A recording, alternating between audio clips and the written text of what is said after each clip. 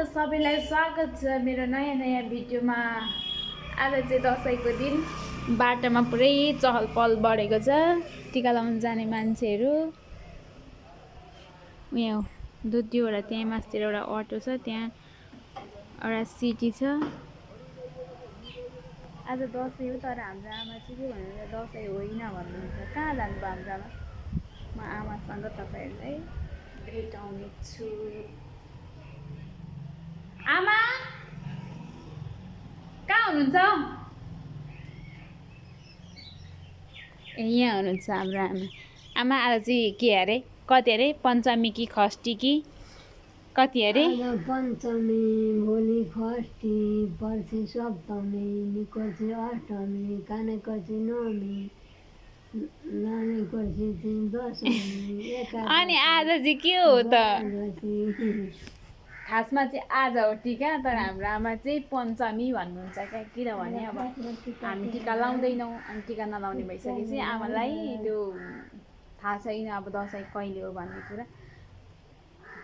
यस्तै हो, अब अर्को साल लाउनुपर्छ राम्रो भयो भने। अब के गर्नु, सबैजना बिरामी हुनुहुन्छ। अब आफ्नो त ड्युटी छ क्या, गाईहरू घाँस काट्न जाने। अब घाँस काट्न जाने हो, अरूको लाउँदै हिँड्छन्, म चाहिँ घाँस काट्न जान्छु। नपत्याए भिडियो अन्तिमसम्म हेर्दै जानु होला। अब म घाँस काट्न गएको। ढिलै भए पनि सबैजनालाई ह्याप्पी दसैँ है। मेरो चाहिँ दसैँको बेलामा घाँस काट्न जानु छ। यहीँ मेरो मायालु यो हो, यसैलाई लिएर जाने हो। यसमा घाँस लिएर आउने हो, किनभने ढोडे छ नि त काट्नुपर्ने। ढोडे सकिँदैन क्या बोक्न, त्यही भएर यसमा लिएर जान्छु। अब म खेत पुगेर तपाईँहरूलाई देखाउने वाला छु।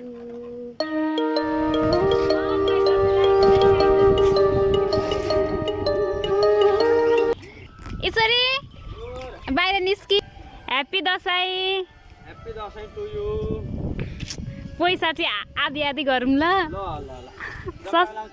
लाउँदिन, ससुरालाई जाने छ। ससुरालाई जानै छ।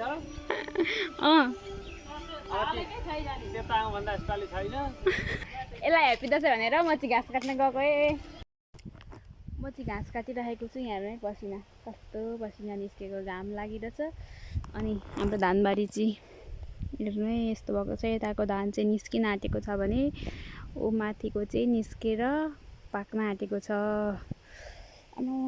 पसिनाले आँखै पोलो हो।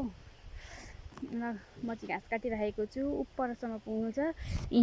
यहाँ मास पल्टाउँदै पल्टाउँदै घाँस काटेको, उपरदेखि काटेको। यहाँ एक मुठा छ, यहाँ एक मुठा भएको छ, अनि पर एक मुठा छ, 3 मुठा भयो। यति चाहिँ घाँस लिएर आएँ। अरू चाहिँ परे चाहिँ यस्तो गर्मी छ कि आम्म, यो आँपको फेदमा बस्नुको मजै बेग्लै छ क्या। कस्तो हावा चलिरहेछ। यो चाहिँ भोलिपर्सि फल्छ, अनि के गर्नु, चोरेरै सक्छन्, अलिअलि त खान पाइन्छ। म चाहिँ आज पुरै पसिना भएर। मेरो मारुति भ्यान चाहिँ माथि राखेको छु। अब यहाँको ढोडे काट्नु छ नि त, अनि अब ढोडे बोक्न सकिँदैन, यो मसिनो घाँस त बोक्न सकिन्छ।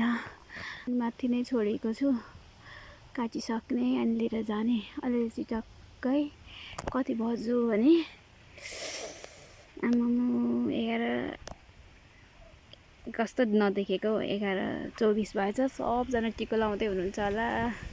ल है फेरि पनि ह्याप्पी दसैँ। म चाहिँ घाँस काट्दैछु। पानी कस्तो मलाई बगिरहेको छ, त्यही भएर फाइनल्ली मैले मसिनो घाँस चाहिँ काटिओरी मेरो मारुतिमा हालिसकेँ। अब मास्तिर गएर ढोडे घाँस काट्छु।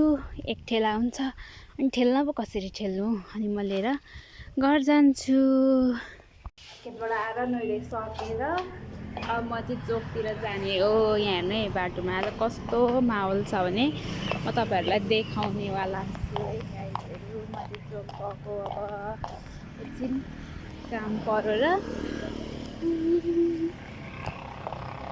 चाहिँ हाम्रो घर अगाडि चोक चाहिँ माथि रहेको छ। कस्तो भिड छ आज चोक पनि। उता पनि हेर्नु अटो र बाइक त कति कुद्यो।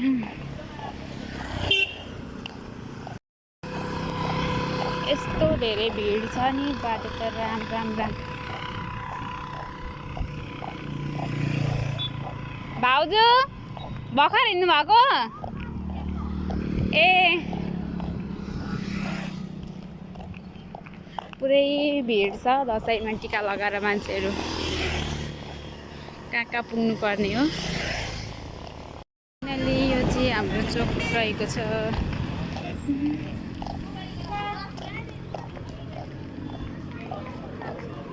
यस्तो भिड छ।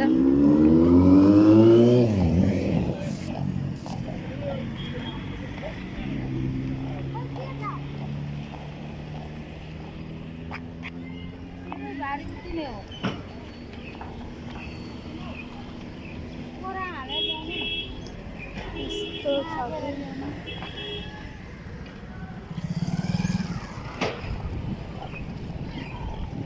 बाटो क्रस गर्न पनि पुरै गाह्रो हुने।